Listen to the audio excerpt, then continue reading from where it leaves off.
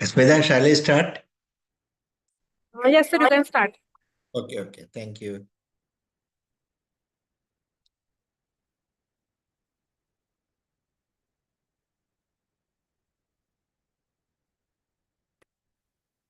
Good evening to all of you. Can you see my slide? Yes, sir, perfectly. Okay, thank you. Now, as usual, I will start with a short case first, then subsequently a very long case. Okay, this is a story of a 40-year-old lady. She came with a history of pain in the left leg for the last 6 months, mainly on walking.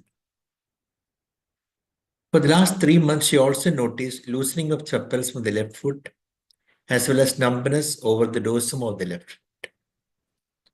So once again, it's a pain in the left leg for 6 months, or mainly on walking. For 3 months, he also noticed loosening of the chapels as well as numbness over the dorsum of the left foot. This is the video of the patient.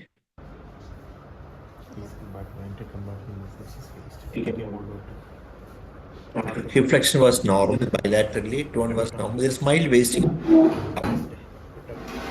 Not left cup, left leg. Quadriceps normal. Right dorsiflexion was normal. Left was weak. Can easily overcome. Extensor hallucis is long as weak on the left side.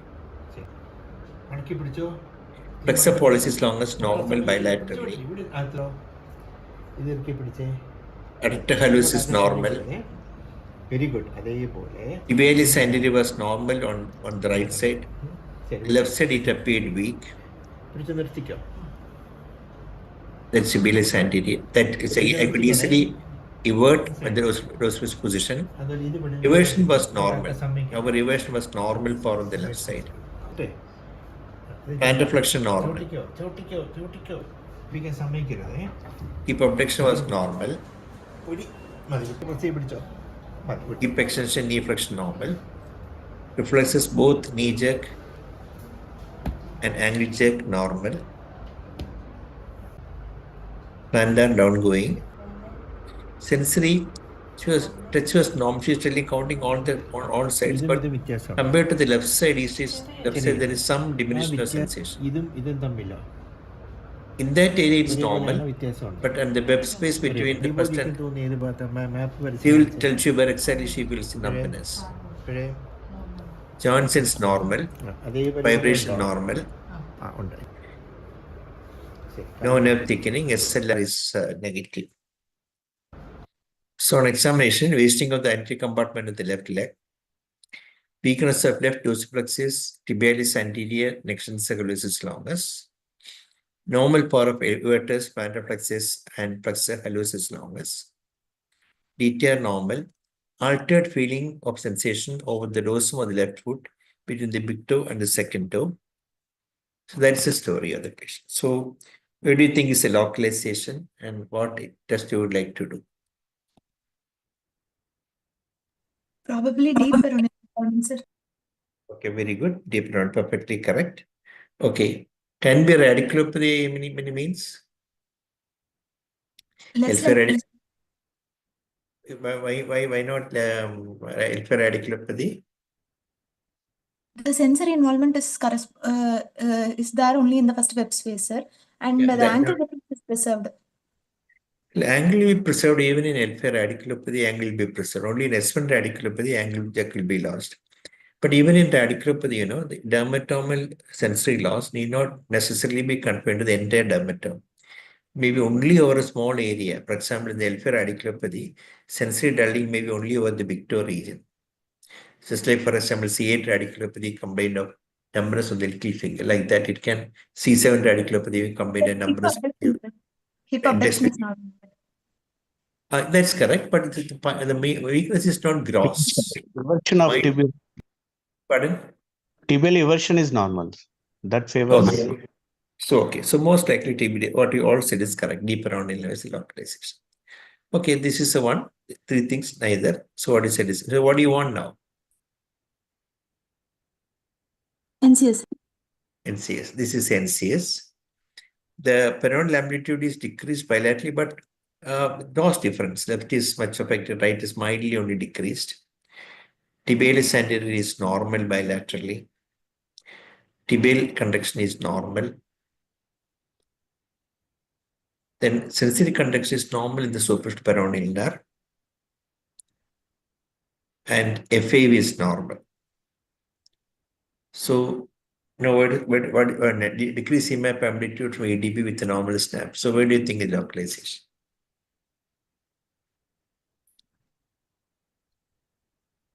Proximal to the root. Okay, Angle, maybe radiculopathy. Okay. Any other thought? At the knee, maybe at the knee also, no, sir? Knee, where, what structure is affected, you mean? Common patellar nerve posterior to the knee, sir. Okay, con peroneal nerve. Okay. And plexus is also. Okay. But the snap is normal, no? It's long duration is more than 6 months. Conduction block possible, sir. There's no conduction block here. Snap is normal. Only amplitude is decreased in the left con peroneal nerve. Distribute EDB from left con peroneal. Patchy involvement of the plexus.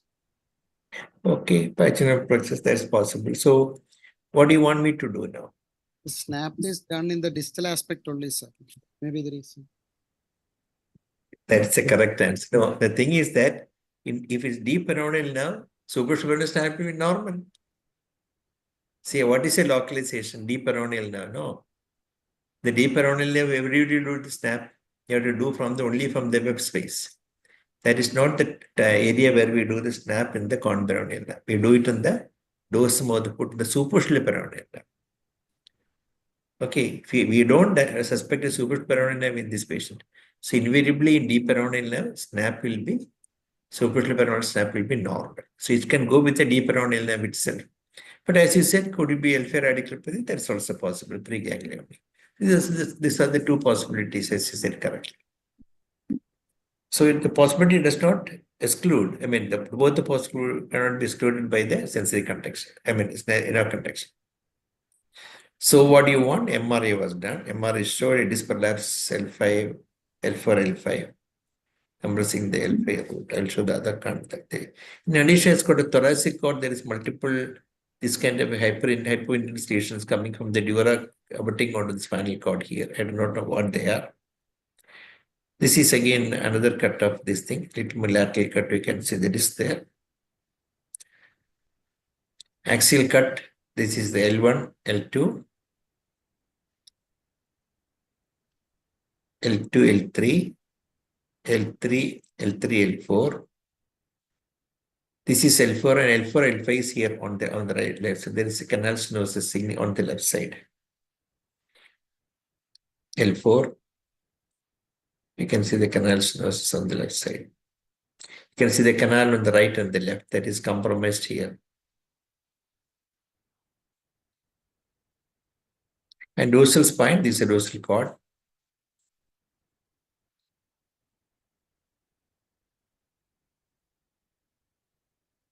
So what is your diagnosis? Now, what would you like to do?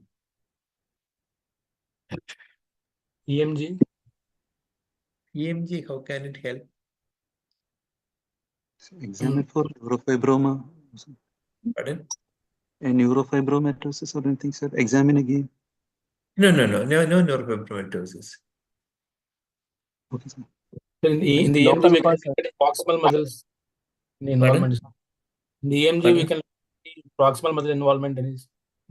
Yeah, they can look for EMG, the proximal muscle involvement kind of radiculopathy. Agreed?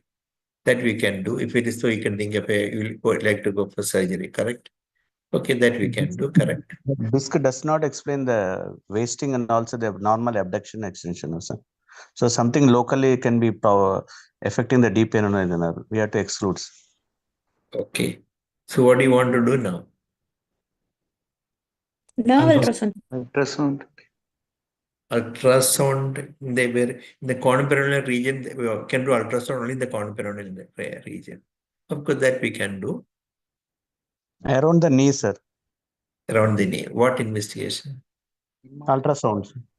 Okay. Now, so let us see. The MRI of the back of the knee was done. To find out, as you say, localization is the deep peroneal nerve. that this cannot explain the neurological deficit in this patient, because even though there is a canal stenosis there, as you all said correctly, no muscle supply in the LP root is affected, and that's my major finding, and the sensory loss is confined only in the distribution of the deep around nerve, only the web space. So these points you already told. So that's strongly favoring deep around nerve.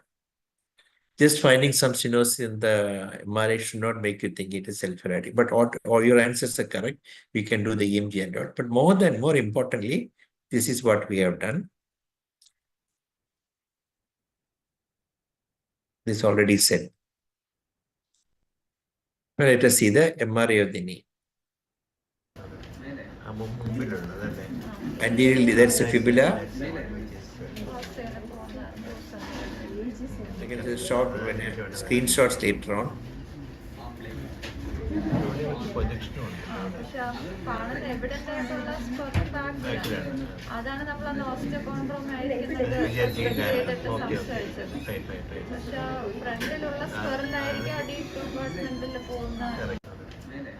I'll show the screenshot. This is there is a projection from the tibia, fibula backward into the posterior compartment in that muscle region. That there is a calcific spur or something like that. And that shows the hyperintensity of the anterior compartment. See, the lateral compartment is almost normal. No density, a high marked hyperintensity in the anterior compartment. That tells you that the lesion has to be in the deep peroneal nerve, not in the conperoneal nerve. So this is the report. A well-defined bony lesion contiguous to the posterior medial cortex of the proximal fibula, directed away from the fibular epiphysis, likely features of osteochondroma. No imaging evidence to suggest malignant transformation. Then second, still hyperintensity in the anterior compartment suggestive of denervation. So what do you like to do? Biopsy, sir. Biopsy from that lesion. Yes, sir. There is a syndrome, sir, of osteochondromas and fibromas. I think Gardner something, maybe. I don't know. Okay, what do you like to do? Surgical excision on the. Oh, the surgical excision. Okay. No, right. The question is, whenever you find an abnormality in the MRI, always think, is that responsible for a neurological deficit? Not only for in this case, any case. Because MRI measures many things, like for example, disc here in that patient. That you don't jump into them. Think that whether can it cause our neurological deficit. The question now is that, is this spur responsible for our neurological deficit or not? How many of you agree with that? Yes, sir, it is responsible. It is not, because where is this spur? It is projecting posteriorly into the posterior compartment. Where will be the location of the tibia, deep peroneal nerve? It is going to be anterior to the fibula. I'll show that. So, in fact, is that the lesion responsible to neurological deficit? No, in fact, the lesion is in the posterior compartment here. That lesion cannot compress the deep peroneal nerve. I'll show the location later on. Now, in fact, there is another spur projecting from the fibula anteriorly like this. That can compress the deep peroneal nerve. I'll show the CT scan of the picture was taken later on. This is one posteriorly, one anteriorly. This is the one which is causing the problem.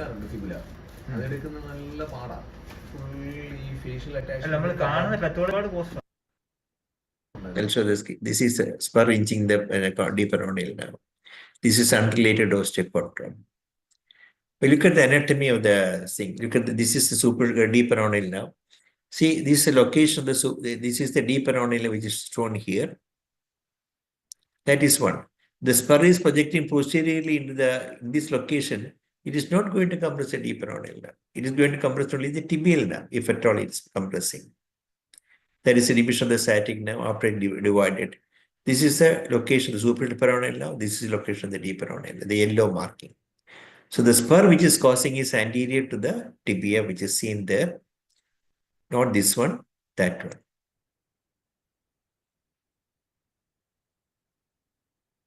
Okay, so there is an osteochondroma or some calcific spur on the posterior. Let it be there, so what? It is not causing our problem. So in fact, this patient was submitted for surgery and removed the spur anteriorly on the compressing the nerve.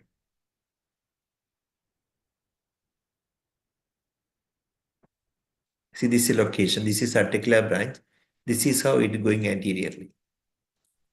This is the superficial peroneal nerve. The tibial nerve comes here. If it is that goes to the posterior compartment here. Okay, any questions?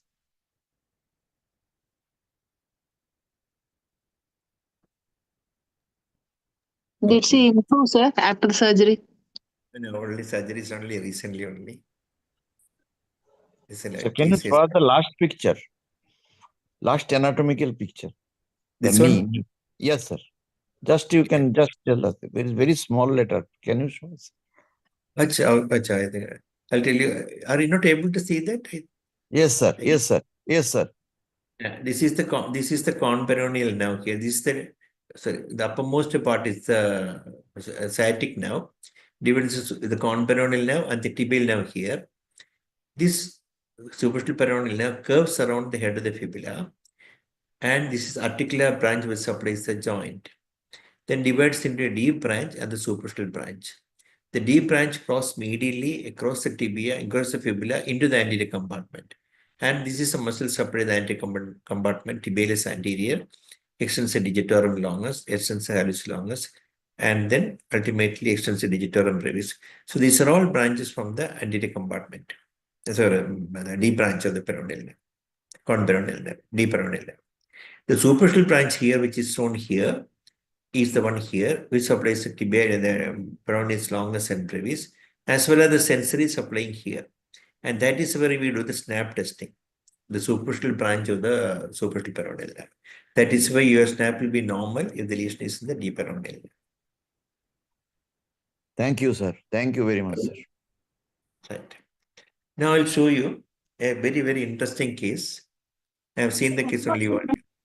Sir, one more doubt, sir. Sir, one more doubt, sir. Sir, even if the nerve goes posterior to the back of knee, still the only the common peroneal nerve might get impinged with the same lesion, sir. No. Yeah, the location is not behind the popliteal fossa. The lesion is behind the leg, posterior leg. I'll show that location. This is the area it is affected, not behind the knee. If it is compressed the conperoneal nerve, I'll come to that anatomy part. Sorry, the other big. See, if it has to come, this is the conperoneal nerve. It has to compress below, behind that thing. Okay, here this is the MRI, the spur is in here only. That cannot compress the conperoneal nerve. What's the point? It is already divided here. This is superficial peroneal nerve here. The one which is coming behind is the tibial nerve. Okay, sir. Okay, sir. Sir, No, one more doubt. Yeah, please. Sir, in upper limb and all, we have this double crush syndrome, sir, that gets pressed two places. Like here also, is there a possibility that both lesions are responsible for the deficit? Very unlikely, because there is no clinical evidence of any lesion of the L5 root, because all can be explained by our deep peroneal nerve. The sensory loss, pain in the leg. He had never a root pain. So, and none of the muscles supplied. And look at the hyperintensity in the anterior compartment. So much hyperintensity in the anterior compartment, none in the superficial, the rest of the muscles. If it's a radiculopathy, why should it occur so much of hyperintensity? Only confined to the anterior compartment. Okay, thank you, sir. Now, this case, which you should really clearly listen to it, I have presented earlier where I could not make a diagnosis. Subsequently, I could make a diagnosis that is presenting again. Very, very interesting case. You may not see that case again. Such a beautiful case. So listen, it's a long case because I am showing the presentation which I have done now. Then subsequently, that case I did some similar case I discussed in that CAN meeting. Then subsequently, the subsequent review of the patient. So this is a story of a 52-year-old man as seen by me in May 2024. His complaint started as episodic numbness of a portion of the tongue and drooling of the saliva for the last 10 years. Notice numbness of the left side of the face and abnormal taste for the 9 years. For the last 3 years, we noticed numbness of the right side of the chest along with itchy sensation over the same area. For the last 6 years, patient noticed recurrent cough, especially on drinking water. Occasionally nasal irritation is present. The story continues. Change in the voice in the form of hoarseness of voice for the last 8 years, which increased for the last 2 years. Slurring of speech and occasional tongue and lip biting for the last 5 years. Sticky saliva and muscle cramping may be unrelated. So before going to that, let's give findings. One main thing is episodic numbness of the tongue and subsequently in the face. Okay, that is one part mainly affected. And abdominal taste and numbness of the right side of the chest. And then recurrent cough and drinking water and difficulty in nasal irritation indicating probably 10th nerve involvement. Change in the voice also again sensitive to 10th nerve involvement. And so an occasional tongue biting because of the loss of sensation, is not aware of that. These are the things. Let us see the finding. We keenly observe the findings. Ocular movements appears normal, except that when you ask look down, it appears slow. Down. Down Up. movement is slow. Down. Up. Go down. So Down. Left. Right. Up. Down. then pursued movement is normal.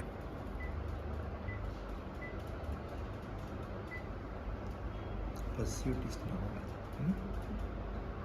ഇനി ഞാൻ പറയുമ്പോൾ കേട്ടോ up. Again, I check Down. again that we get Up. the slowness, slow sucking down. എൻ്റെ പേര് താഴെയാണേ down. Up. Down. Okay. It's also Follow my finger. the whole side also. Okay ഇനി ചെയ്യേണ്ടത് എൻ്റെ ഈ വിരലിൽ തന്നെ നോക്കണം. Then I check the ocular capillary grip. വിരലിൽ തന്നെ നോക്കണം. തല ലൂസാക്കി ഇടണം. The ocular capillary moving very well. Ocular capillary is intact. So saccadic flowing is definitely there in this patient. ഇവിടെ നോക്കി Pursuit and ocular capillary. So the ocular movements. കണ്ണ് മുറുക്കി അടച്ചേ. മുറുക്കി അടയ്ക്കും. There is defective burying of the eyelashes. നാക്ക് നീട്ട്. This is also deviated.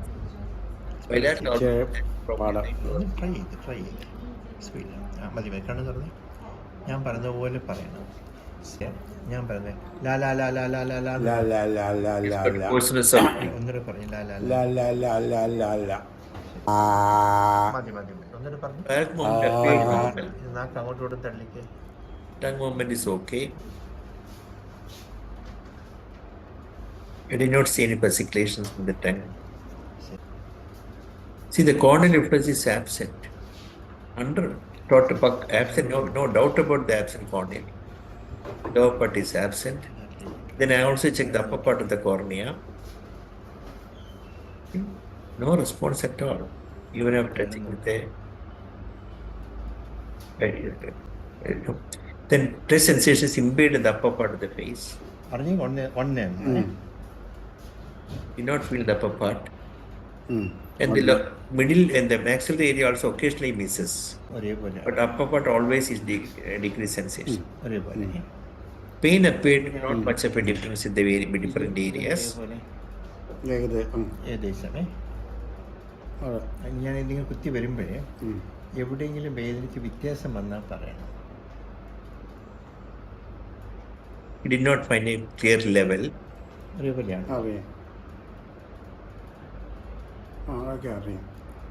He is able to feel. ഒരേപോലെ അറിയാം. Okay പാത്രക്ക് അത് തന്നെ good. You open the jaw forcefully. Craniomastoids appeared normal. But neck flexus was weak. Neck flexion was weak. Other upper limb tone, power all normal. മുറുക്കി പിടിച്ചു മുറുക്കി പിടി പൊട്ടെ കൈങ്ങനെ പൊക്കിക്ക്. എൻ്റെ വിരലി തൊട്ട് നോക്കി തൊടണം. അങ്ങനെ ചെയ്ത് മറ്റേ കേണ്ടി മറ്റേക്ക് ഇങ്ങനെ മറ്റേ കേണ്ടി ചെയ്ത് ഇവിടെ തലയിച്ച്. No cerebellar signs, lower limb power tone normal. Reflexes are also normal. Reflexes are diminished in the upper limb but brisk in the lower limb. Just elicitable in the upper limb.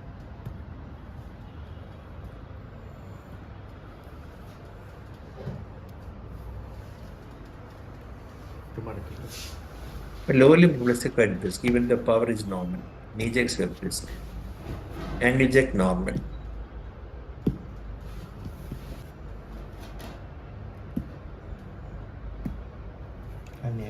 Under flexor. വലിക്കല്ലേ please, ചുമ്മാ ഇട്ടാൽ മതി. ഈ കറിയാൻ Sensation in the lower limbs, upper limbs are all normal. അറിയാം. ശരി.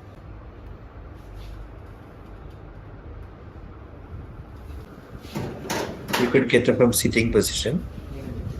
You could stand on heel and toes. Rhombus was negative. And walking negative. Normal. Maximum അടച്ചേ. There was close to the orbicularis. അടച്ചു പിടിച്ചോണ്ടേ ഇരുന്നേ. ശരി മതി. So that's the stool findings. Pupils normal, saccadic testings, restriction of downward movement, mild slowing of upward and lateral saccades. Vertical pursuit normal, vertical oculocephalic normal. Incomplete burying of eyelashes, maybe indicating bilateral orbicularis weakly. No weakness of other muscles supported by the cranial nerves. Probably the right face, lower face also mildly weak because of the facial elevation. Corneal reflex is absent bilaterally. Touch is impaired over the forehead bilaterally. Pain appeared normal over the face. Hoarse voice. Motor tone normal. There is weakness of neck flexes. Others undoubted. No weakness of limb muscles. TTR normal. Sensory normal. Rhombus negative gait. So summary, downward saccadic palsy with a normal pursuit in oculocephalic. Absent corneal reflex. Weakness of both orbicularis oculi and right lower facial muscles. Hoarseness of voice. And weakness in neck flexes. No pyramidal signs, no cerebellar signs, no long track sensory signs. So, where are we now? Where do we localize? Sir, is there any finding in the chest wall? Chest, there was a complaint in the chest. Yeah, here at that when I examined, the first time we did not have any sensory. It complained of numbness. Objectively, there was no sensory loss over the chest. Subsequent examination, there was sensory dulling in the same area, which initially said it was affected. The history wise, it said numbness. Sensation over the face, sir. Oh, it decreased. Sensation, the upper part of the face, it decreased. He also occasionally misses in the maxillary area also. Corneal is absent. Palate, sir. Palatal movement is normal. He complains of hoarseness. There is probably vocal cords are affected. And undoubted hoarseness. He's complained also of hoarse voice. Maybe palatal muscle weakness may be there because got some difficulty in swallowing is complaining of, but objectively palate is moving normally. Sir, in extraocular movements, was there a difference between the right eye and left eye, sir? Not much. There's not much of a difference. Okay. Question is, where do you look? Yeah. Saccadic, downward saccade is only affected, sir, with normal pursuit. We can localize it the midbrain itself, sir, because horizontal saccades is normal, vertical saccades is affected. So INC is probably affected once, sir. Absent corneal reflex can be also attributed to involvement of the chi sensory nucleus of trigeminal bilaterally. So the lesion more towards dorsal, sir, because anteriorly the pyramidal tracts are spared. So weakness of both orbicularis oculi can be explained by bilateral UMN. So probably the lesion is posterior mesencephalopontine junction somewhere, sir. Okay, very good. So that's the thing we have to keep in mind. What you said is exactly two things. So clarifications only. The downward gaze palsy to occur bilaterally lesion has to be always bilateral. Upward gaze palsy can occur with unilateral lesion. And the site of lesion is not in the INC, it is in the RIML or a bilateral RIML or the output from the RIML to the third and fourth nuclei. That is affected to produce a bilateral downward gaze palsy. As is correctly, lesion has to be bilateral. Unilateral lesion will not produce a downward gaze palsy. Point number one. Second, they said there is a loss of sensory involvement because the fifth nerve is affected.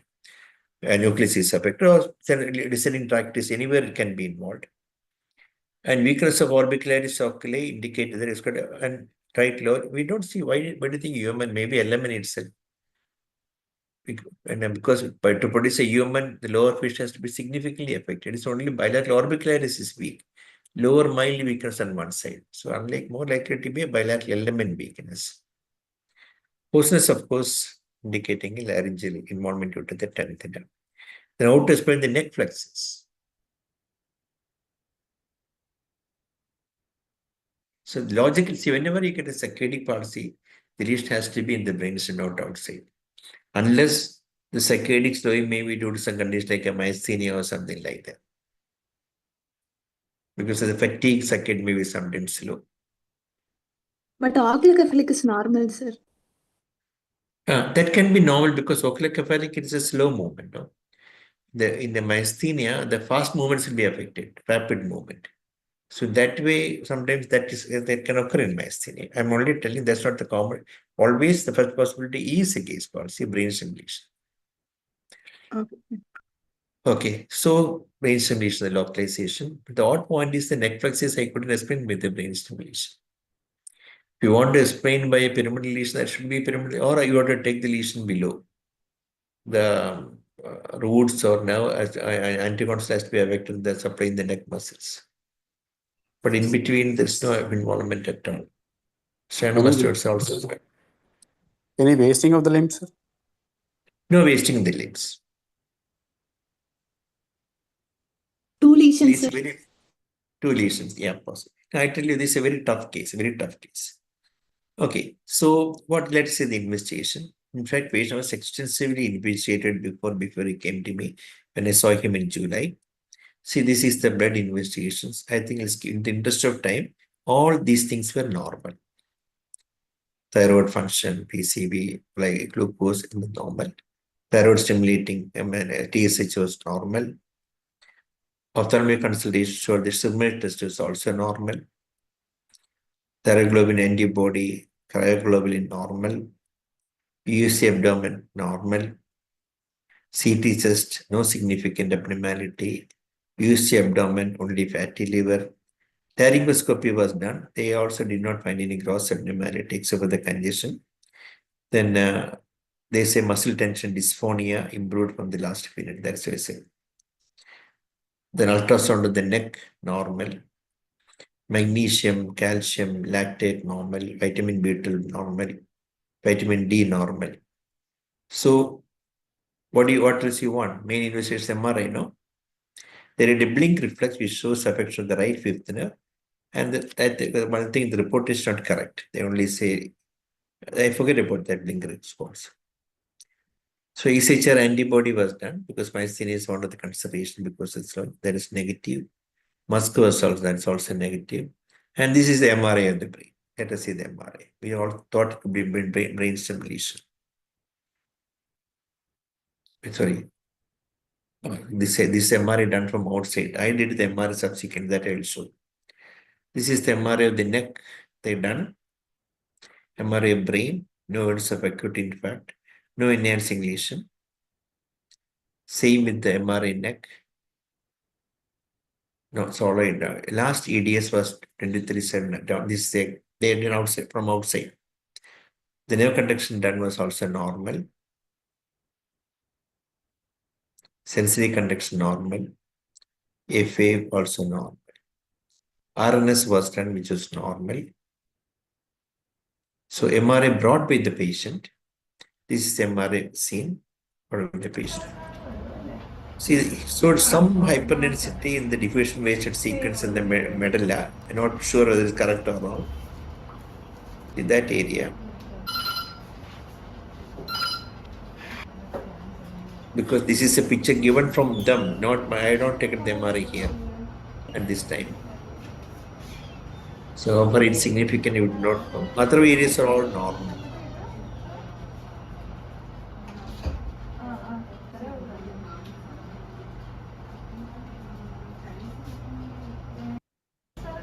So there is a diffusion. This is the T2 weighted sequence from outside. Again, no abnormality was seen.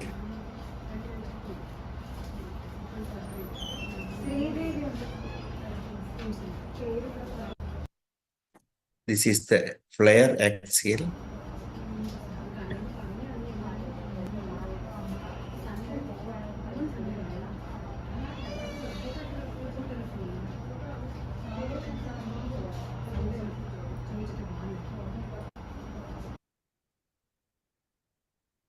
Sag.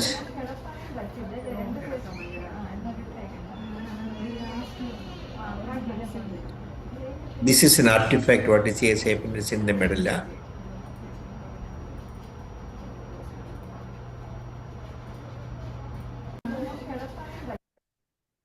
The coronal T1.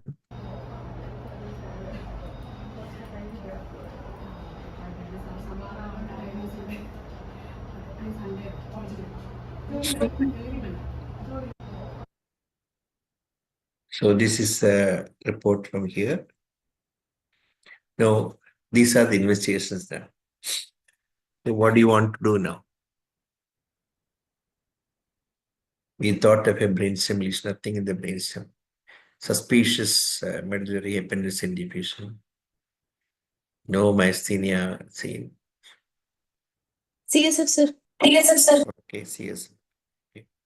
So CSF was done in other, I did not mention it was normal. No, this now started thinking what all could be there. Frankly, I thought it's a brainstem lesion possibility. Adult onset Alexander's was my possibility in my mind. Because long duration, medullary involvement.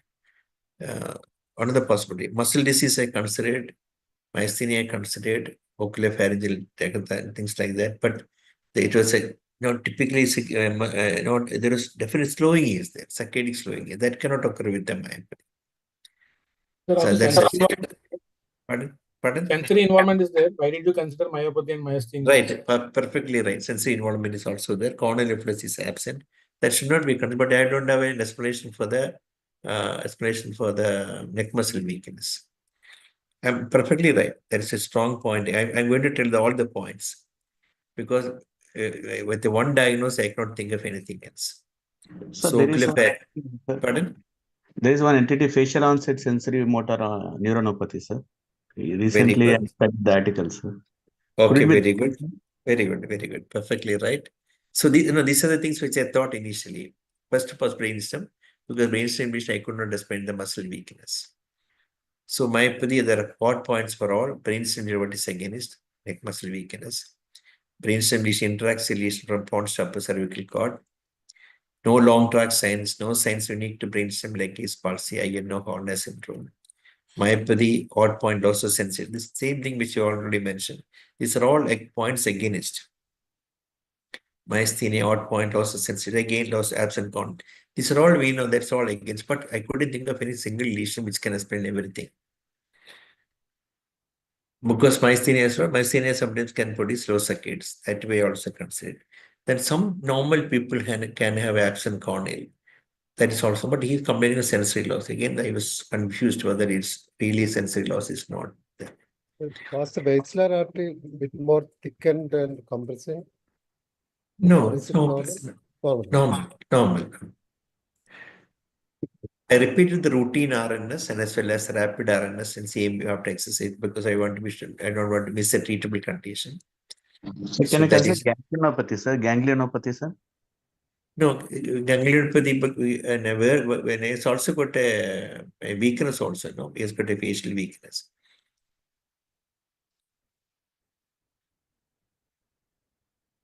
The brainstem extraxial lesion can be considered brainstem extraxial lesion. But he has also got a neck muscle weakness is there. Extraxial also, the problem is that he has got a gaze slowing, saccadic slowing.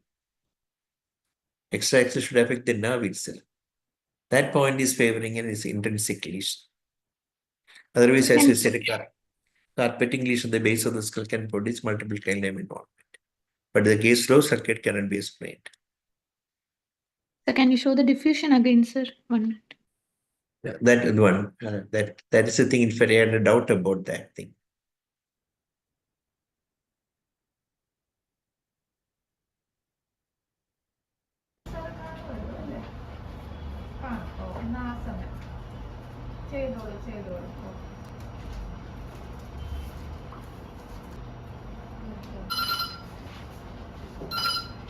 That is the thing I had a doubt. There is some hyperintensity there, but there is no hyperintensity in the player or the sequences. So, what to do now? There will be So I multiple will cranial Repeat MRI with the special cuts on the.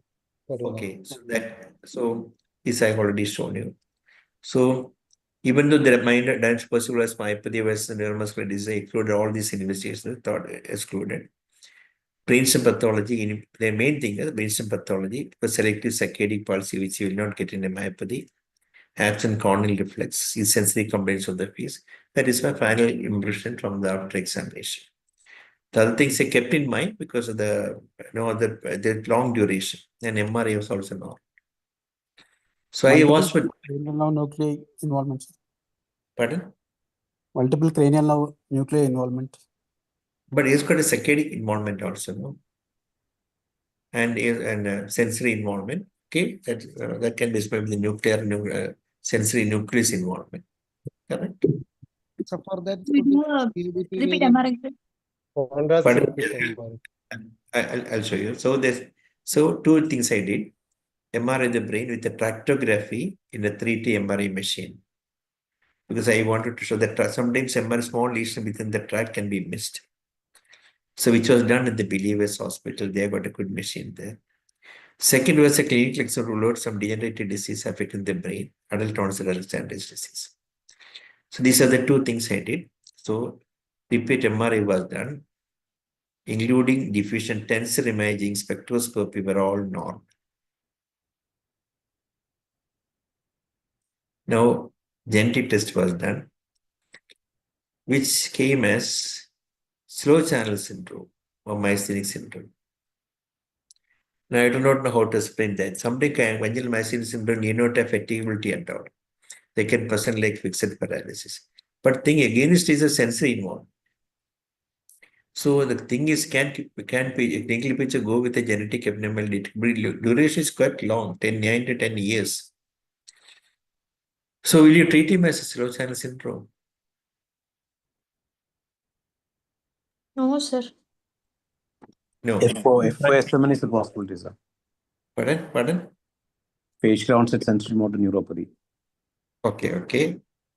Let us see. So at that time, I did not know about anything. So, and can LML lesion produce very slow saccades or non-pursuit and below reflex? But that you cannot explain the absent corneal reflex.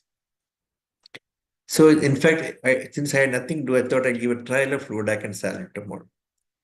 He initially had mild improvement, subsequently worsening again. So that's the story. And I didn't know, I was I did not know what the diagnosis at that time. In this case, I presented that time only in the same meeting. Then I was in the CAN meeting, I was to discuss a case. And that case, I'm going to show you now how I discussed that also. This is from given by Dr. Shaji. He conducted that meeting this year in Alleppey Medical College. This is a story of a 55-year-old male previously employed in Middle East as security personnel. He came with progressive difficulty in swallowing, just like my case. Progressive difficulty in swallowing 1.5 years. Slurring of speech 1.5 years. Weakness of both upper limbs 1 year. Sensory disturbance in the perioral region and oral cavity 1 year. These are the difficulty in swallowing, slurring of speech, weakness of upper limb, and sensory disturbance in the perioral region. This patient is apparently normal till 1.5 years back when he noticed insidious onset, slowly progressive difficulty in swallowing, more to liquids. It is associated with coughing and nasal regurgitation of the fluid. Obviously suggestive of a bilateral and involvement, pharyngeal involvement. Simultaneously, his friends noticed slurring of speech in the form of nasal twang in the voice. This progressed over a period of 1 year and his speech became effortful with the low voice. 1 month after the onset of first symptom, his friends noticed deviation of the angle of the mouth to left side, and drooling of saliva from the corner. So initially 10th nerve, then 7th nerve got affected. 8 months after the onset of first symptom, he also noticed loss of taste sensation to the food and fluids. Again, that stays a Kodak domain is affected, again pointing to a 7th nerve. 1 year after the onset of his first symptom, patient developed paresthesia around his right eye. Listen to this story, very funny story. Around the right eye, initially, which slowly progressed over to the left eye, not below, over a period of 2 weeks. Then slowly descended down on the both sides of the face to involve the perioral area and oral cavity over a period of 1 month, from above downward. That's not the pattern of a nerve involvement. Your nerve involvement occurred is both ophthalmic division simultaneously upper part and lower length. Anyway, this is the complaint. Along with this, he had difficulty in biting and chewing solid food and difficulty in clearing food materials from the vestibule. So he's also got a motor which also is involved. He is history of painless recurrent ulcers in the tongue while eating food. He used to get accidental bites, probably because of his loss of sensation. Patient gives history of proximal muscle weakness of both upper limbs in the form of difficulty in doing push-ups, lifting heavy weights above the shoulders since 1 year. However, there is no symptoms suggestive of distal muscle weakness of upper limbs or weakness of lower limbs. No sensory symptoms pertaining to upper and lower limbs. Since 1 year, he had difficulty in keeping neck steady while driving and getting from the bed. Our patient also had neck flexor weakness. Then other things, a negative history I will skip. The family history also I will skip, not relevant. This is a timeline. Progressive difficulty in swallowing, progressive slurring of speech, 1.5 years. Facial weakness with the loss of taste. Then proximal upper limb weakness. Then facial paresthesia starting from upper face downward. Then difficulty in chewing, clearing food particles from the vestibule. So this is a summary of the patient. 50% present with insidious onset, gradually progressive dysphagia, dysarthria since 1.5 years, along with sensory symptoms in the face and oral cavity, followed by weakness of pectoral girdle muscles, with the twitching and thinning of the muscles such to a significant loss of weight. So the examination at that time, his speech was, don't read everything, only read the red one. Speech was slurring of the speech. And the cranial examination, the extraocular movements were normal. There was motor, fifth nerve, masseter, temporalis, pterygoids were weak. Sensory sensation was decreased in all the 3 divisions of the face, and there is absent corneal reflex. So, pakka sensory face is withdrawn, and motor is also affected. Then coming to the 7th nerve, both upper part as well as lower part is affected, and there is hyperacusis, telling that he has got involvement in the stapedius muscle also. Taste and anti-tooth tongue is also affected. So this point again tells malicious activity in the nerve rather than the brainstem. So 7th nerve is affected bilaterally. Then the pharyngeal reflexes were absent because sensation was lost. The palatal movement was okay, but where the reflex is absent because afferent is gone, sensory loss is there. Sternomastoids are weak, trapezius is weak, and hypoglossal symmetrical wasting of the tongue and fasciculations are present and tongue movements are decreased. So 12th also is affected. So 10th, 12th is affected. 11th is also affected. So coming to the motor system, symmetrical wasting of supraspinatus, infraspinatus, deltoid, triceps, biceps, brachioradialis. Fasciculation of the facial muscles, bilateral triceps, brachioradialis, and deltoid. But remember that this even though triceps and biceps are affected, the pronatus, supinatus are not affected, the wrist muscles are not affected. So tone decrease in the upper limb, normal in the lower limb. This is the power, supraspinatus, infraspinatus, pectoralis, rhomboidus, latissimus dorsi, deltoid, biceps, brachioradialis, and triceps were weak. Pronation, supination, wrist, hand grip, then normal, lower limb power. The reflexes are all well elicitable, normal, plantar flexor, abdominal reflex present. no other sense and organ. So these are the definite findings after examination. Pure motor element weakness in the cervical segment in both upper limb. Bilateral facial muscles, muscle weakness, muscles of mastication, tongue muscles, pharyngeal muscle weakness, bilateral facial and intraoral sensory loss. So these are the findings. Now, this is how I discussed in that case, in that meeting, because I'm wrong in that diagnosis, but this is how we discussed. Now, first thought of what is a site of lesion in the cranial nerves? Multiple nerves are affected. Bilateral fifth nerve, motor sensory, 7th, 9th, 10th, and 11th cranial nerves, probably neck muscles are also affected. Where is the site of pathology? Since adjoining cranial nerves are affected, most likely pathology that is structural in nature in the Mumbai mass are infiltrating lesion. See, when two nerves are coming together and affected, always think of not of a degenerative or a demyelinating disease, something local lesion which is carpeting or impinging on the nerve surgeon, like a pachymeningitis or something which is or a slowly growing tumor or carpeting lesion. That is the thing you should always keep in mind when two nerves adjoining are affected. One nerve here and one lower limb, that's entirely different thing like a vasculitis.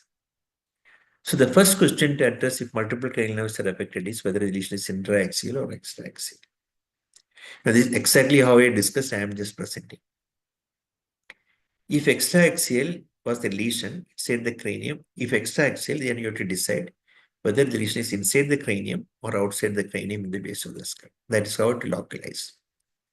So it's unlikely to be intraaxial because no long tract signs in this patient, no horners, no affection of sensory tract which are located inside the brainstem. So the lesion has to be in the outside of the brainstem, very unlikely to be inside the brainstem. Moreover, affection of the taste along with the facial palsy favors the lesion in the nerve. How can a brainstem lesion cause then a palsy that thing? Moreover, there's no gaze palsy, which are typical of an intrinsic brainstem lesion.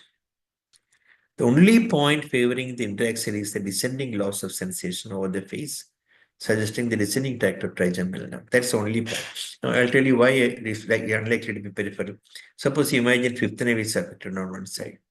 It can start in the upper part, but subsequently, if it involves the other part of the face. Here, what is happening? Both upper parts are affected, then middle part, then lower part, like that, coming down like that.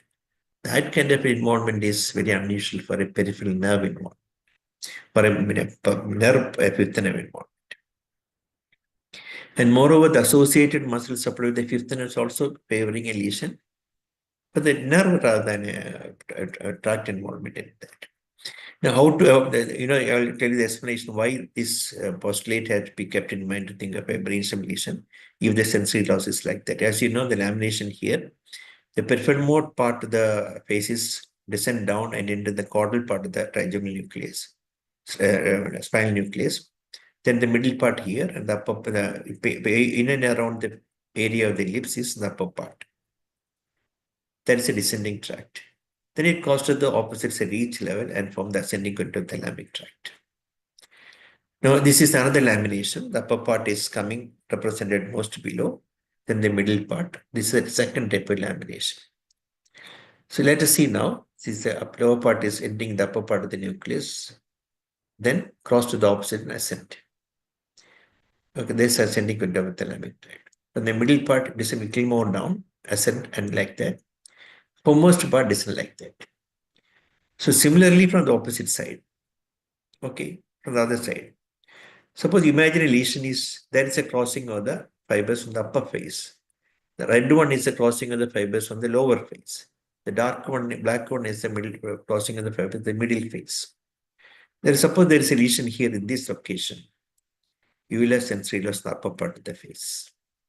Imagine that lesion is growing upward like that. Then you will have a progressive descending sensory loss as in this patient system. That is the patient history given. So that only that point is favoring a brainstem. All of the points were against a brainstem. So it's still I thought this, even though this listening like that, that's a history. That is what the patient says. We do not know that history is exactly correct or wrong. But objectively, more evidence is for extraaxial lesion. Now, once it's extraaxial, find out whether the lesion is inside the cranium or outside the cranium. So the affection of the 7th, 9th cranial nerves can occur in lesion inside outside cranium, but the ophthalmic division cannot occur with a lesion outside the cranium, in the base of the skull. So the lesion has to be inside the skull, outside the brainstem. So what is the localization of the neck? And then comes that's regarding the cranial nerves. Now, what is the localization of the neck and proximal muscle weakness of the arms? Now, when you get a weakness like element weakness like that, our aim is to find out whether it fits in the root, nerves, or anterior horn cells. The first thing which one should consider will be root affection, since the lesion is root has to be the first, because lesion in the brainstem in the intracranial lesion outside the brainstem inside the cranium is in the dura. That lesion can definitely descend down onto the spinal canal and impinge the roots. So that's the first possibility you have to keep in mind, rather than the cervical nerves or the muscle or other things like that. The first thing one should consider will be roots affection, since the lesion extending from the cranium down to the spinal canal can implicate the roots, can explain the element findings in this patient. But the odd point is that there is sparing of the muscle supplied by the same root. For example, triceps is weak, but finger extensions are spared. Also, pronatus supinatus is spared in the presence of C5. So that pattern also not typical of a radiculopathy. That's an odd point. So that's not typical, but sometimes selective affection may be occur. So when we then consider anterior disease, but the problem with anterior is that you have to put the lesion inside the spinal cord. But the cranial nerves involvement is extra axial, not inside the brain. Then you have to think a lesion outside the brainstem and inside the spinal cord. So that localization does not gel. So we did not consider interaxial lesion. So that is also less likely. Otherwise, anterior can present like that. So between C5-C6 radiculopathy versus segmental affection with anterior console, I would rather prefer C6 radiculopathy because C5 to C5 radiculopathy, because that lesion that can explain both the cranial nerves as well as the roots. So what is the pathology now? Since the lesion did not produce any compression of the brainstem like a mass lesion, we have to consider something like a carpeting lesion or a meningeal disease, like pachymeningitis. The etiology, which could be that of a benign nature and for the long duration, like sarcoid, inflammatory pseudoid tumor, idiopathic pachymeningitis. So that was how I discussed this case when it was given to me. Now let us see the investigation done at the LP Medical College. I think we skipped the bloody investigations, CPQ borderline. Other serum beta HIV, they're all negative. Nasopharyngeal endoscopy showed slightly inadequate tongue movements and sensation due to muscle weakness. So, ANGA, PNGA, ANA normal, anti-neuropyreneoplastic antibody normal, anti-anglicid antibodies are normal. MRI brain, that's the thing I wanted, because my lesion was the carpeting lesion. MRI brain was normal. There is no lesion seen. And I asked for a contrast. That is also done. That also did not show any lesion, either on the meninges nor outside the brain cranium. So CSF was done, which is normal. We are no malignant cells. They didn't, I think I skipped the bingeal impress. EMG was done on the biceps, which typical denervation pattern.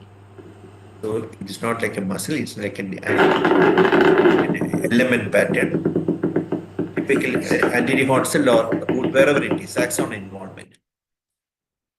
I think I'll skip that. Conduction otherwise was normal. UC abdomen was done. Urinary bladder was distended.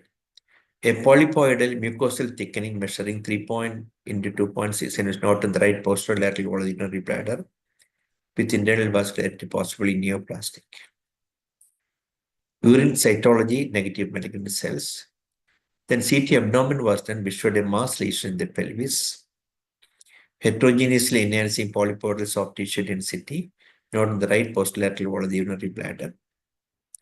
And underwent TURP with complete resection of the mass in the bladder, which showed a high-grade papillary urothelial carcinoma with suspicious focal invasion.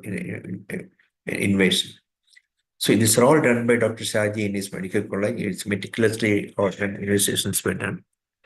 So he showed that there is a underlying malignancy in this patient.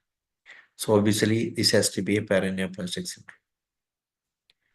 Then patient underwent 5 cycles of chemotherapy and he became symptomatically better. That's the story. So then he finally came out with the diagnosis. Then it struck me that my patient also just like that. My patient also had a sensory loss. He has got a cranial involvement. And only thing is that proximal muscle involvement was not. So then this is the first time I heard about this condition. I'll tell you what the condition is. I called my patient back and re-examined him. At this time, when he called him back this January 2025, he had symptoms slightly worsened, extra effort for coughing and speaking, hoarseness of voice became worse, tongue biting, decreased sensation of the face and neck, cannot whistle, cannot lift up with his both hands, losing balance. Okay, this is the video of the patient now. I think only that's the other thing I'll skip the gaze palsy that remains almost that is almost the same. Orbicularis weakness remain the same. The other things were all normal, but he had significant loss of sensation, not only in the face but also the chest. One. He is also missing sensation on the upper part of the neck and the upper then the face also.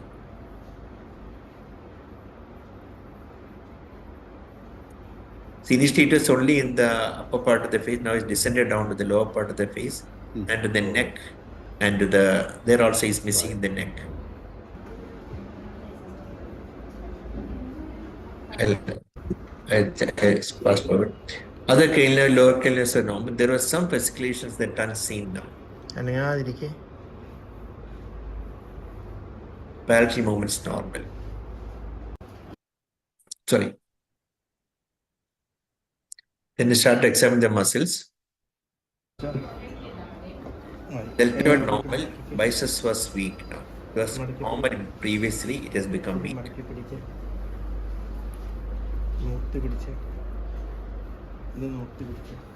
Other muscles were normal.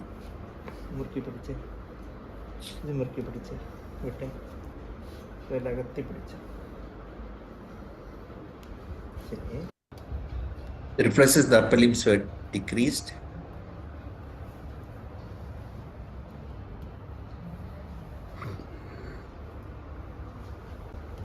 Lower limb become much more brisker than before.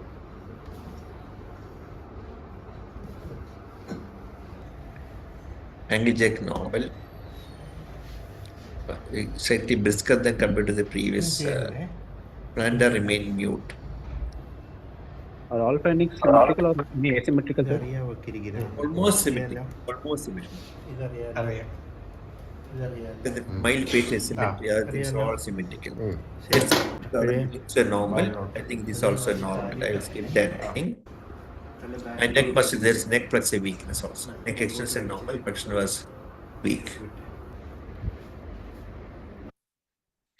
So these are findings now. Decreased by the V1 area both sides, V2 area the face and left side. Corneal absent, outer with the normal, incomplete budding eyelashes. Then motor, mild weakness of both biceps. All other things, okay, skip that thing. Sensation impaired over the neck on one side. So NCS was repeated again normal. Then I did the EMG from the muscles. Sternum was done. It showed fasciculations. You can see it here.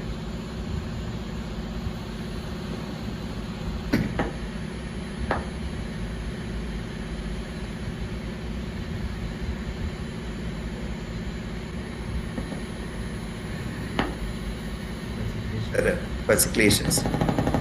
And see the fast firing frequency of the motor unit, testing of an early denervation. Increased firing frequency, decreased interference. I did for the FTI. FTI also showed fasciculations.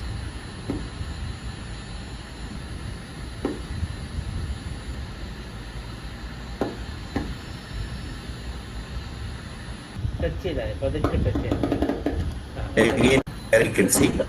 Then I did from the deltoid again, showing the fasciculations.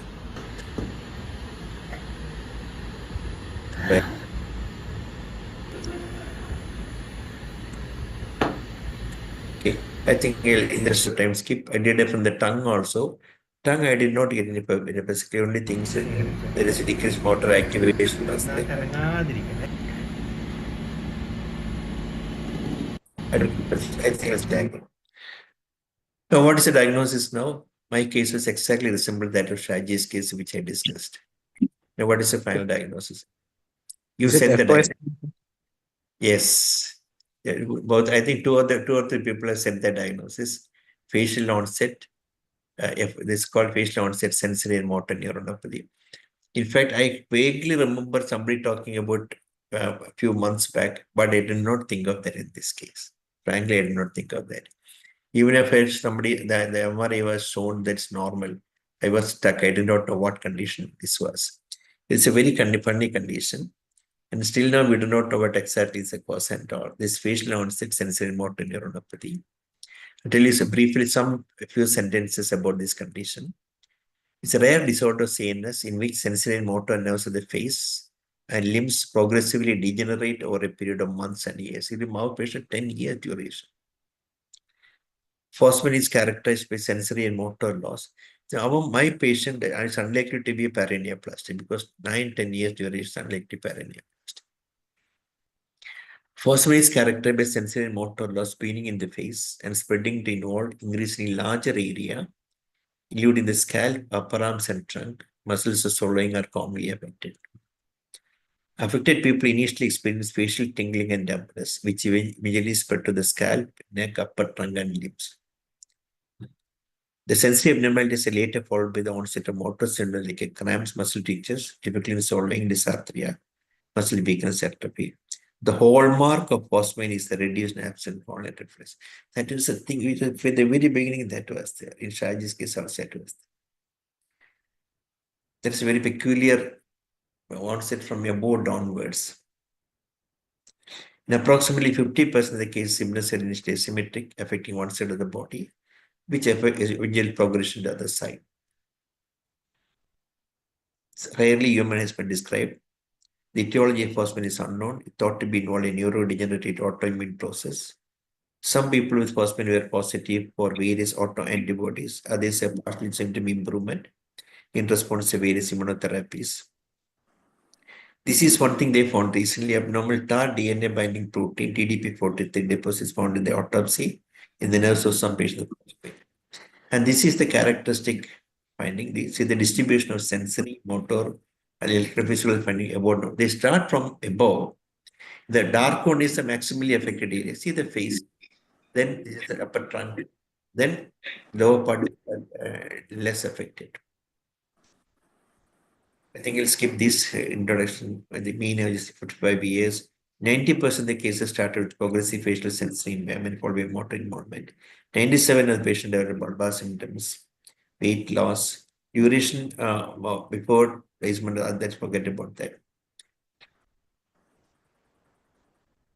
I think the pathophysiology also will skip. And this is immunomodulating therapy is often initiated in FOSMN. Multiple lines of evidence seem to support the hypothesis FOSMN is a neurodegenerative disorder. Perhaps the most convincing is that autopsies of FOSMN gets revealed intranuclear TDP43. So these are the literature. Now, subsequently knowing the diagnosis, I did the following test. The aim is to rule out immune-mediated cause for the FOSMN so that if anything can be done for the patient and a paraneoplastic syndrome, just like Shaji's case. But it's unlikely because of 10-year duration. So patients advised ANA profile, paraneoplastic antibody profile, whole body PET-CT. Paraneoplastic antibody profile was negative. Profile was also negative, borderline. Uniform fluorescence was 1+. Whole body PET-CT also was normal. So that's the story of this patient. The second case is plasma exchange, sir. Pardon? The second case, which is improved with plasma exchange. My case? No, sir. Shaji sir's case. Shaji was telling us got mild improvement after immunotherapy. We saw a similar case in Stanley Medical College in 2023. Okay, that's the thing. It's a very rare. I have never seen case before. Frankly, it's the first case I'm We seeing. reported it last year in Annals of IN. We diagnosed it as a Okay, that's why you're able to tell that correctly. Last And- November it came in the journal, sir. But there was one gene, sir, which was shown to be positive. So in our patient, the gene was negative, no, sir? Okay. In our case, whole exome sequencing showed a new pathogenic variant, SCTX gene. We do not know if that gene is responsible or not, no? Because there is not so many cases. We find one gene abnormality. We really do not know that is really pathogenic or not. Because cases are not only 100 cases have been reported. See, my case also reported a gene of slow channel syndrome gene. So that may not be relevant at all. But not only further cases coming up and doing genetic test will tell you it is consistently coming only, we can give importance. One problem with sensory motor neuropathy is the vertical saccades slowness. Right, slowness. But that's again described in FOSMN, especially the horizontal saccades more than vertical saccades. From the very beginning, it's a very confusing case for me. I do not know what it is. In fact, this case was referred by Dr. Matthew just from Kottayam. And in fact, they presented this case in the same forum. At that time also we discussed that no, we never thought of this FOSMN at that time. When they discussed the case in Shaji's case, then only it stuck to my mind, my case also like this. Okay, if any case for me, I thought I will share it with you because this such entity exists. You should be aware of that. Very, very funny presentation. Don't think so sensory and then motor antiphon cells or the nuclei. Very funny presentation.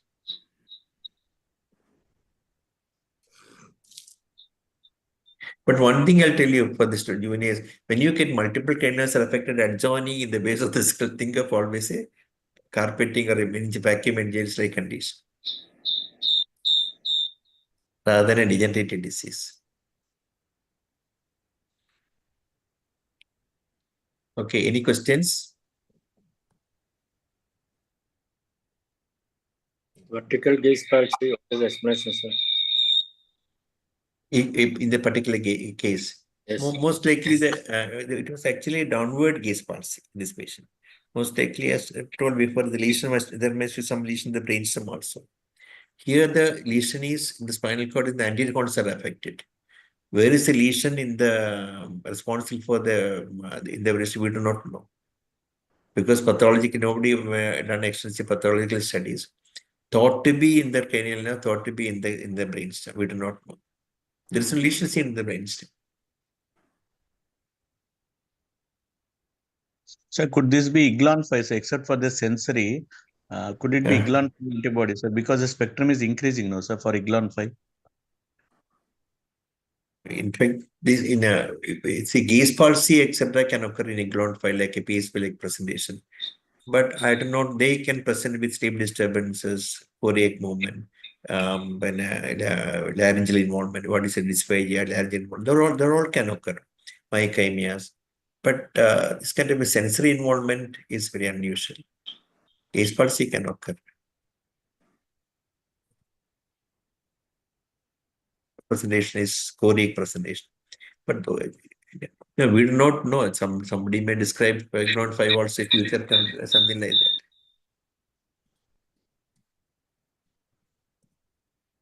It's not the known presentation of a Eglon5. You suspect Eglon5 when there is a sleep disturbance like parasomnias, chorea, aspelic presentation, stridor, or those things walking difficulties, like when a Parkinsonian features, myochymias, then you will suspect.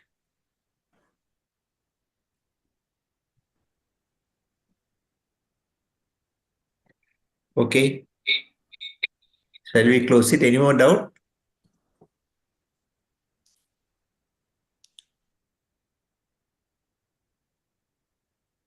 Okay, shall we close?